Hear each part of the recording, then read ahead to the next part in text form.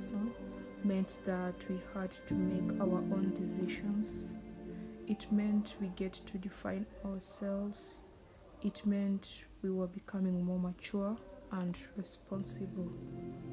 But this type of maturity, I've got to learn that it's not given, but you have to earn it. You reach a certain level and realize that there are some things you will never fully understand. And living by myself has made me question a lot of things with regards to where is home, can where I stay be considered a home, and who is home?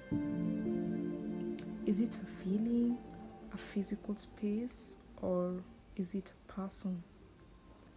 As I get older today, I decided to quench my thirst for the need of understanding on what a roadmap towards home looks like.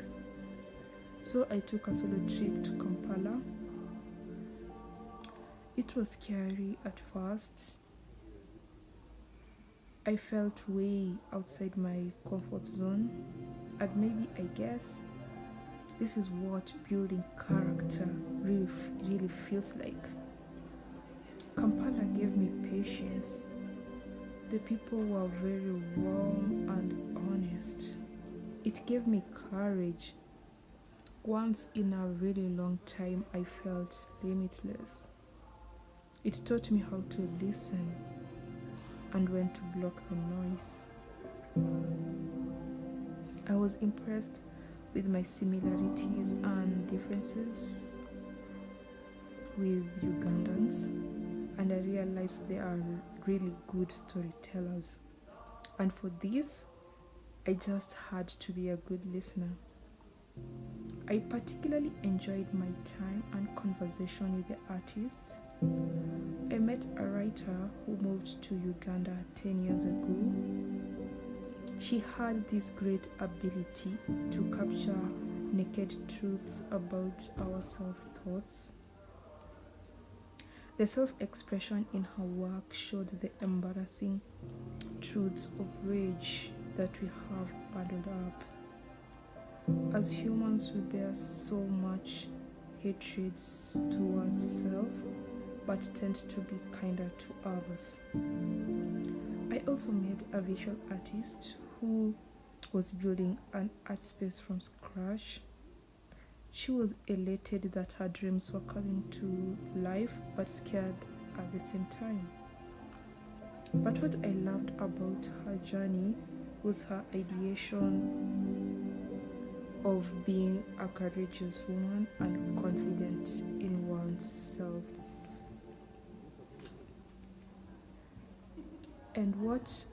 And a conversation that struck a chord while I was in Kampala was one with a guy called Alvin. He was a photographer and his style of artistry was doodling. He bore his heart to me on why he chose to return to Kampala from Nairobi. I was initially baffled because I knew Nairobi is more vibrant and has more opportunities in the artistic space. He went on and on about feeling more comfortable being with family and being in Kampala. The best place to be when you feel unsure is home. At least at home, I know people care about my well-being. At home, I can always try to fly without being discouraged. At home, I can make things come to life because I understand how things work, he said. I listened to him and he was making a lot of sense. From my beliefs as a Nairobian, returning home equates to throwing in the towel.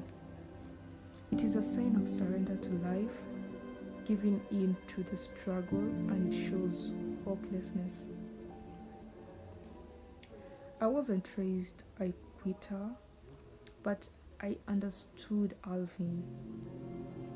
I understood that sometimes when someone is tired, they just need to go home. This could be self, that is by having a level of introspection. It could be family and friends, the people who hold you down. And it could be a place that feels warm and familiar. So at the end of the trip, I was just wowed by having a blessing to be able to go back to familiarity. And what a blessing it was to go back to a place where you feel loved. And what a blessing it was to find a place that appreciates you as a person, where you can just wipe dust off your boots and get some shut eye for a second, just a minute. For the wanderers, this might be a privilege we are yet to experience. It is a longing of what, where, who to consider as home. But I pray you find peace in the longing, and I pray that you find peace in the journey to the road home.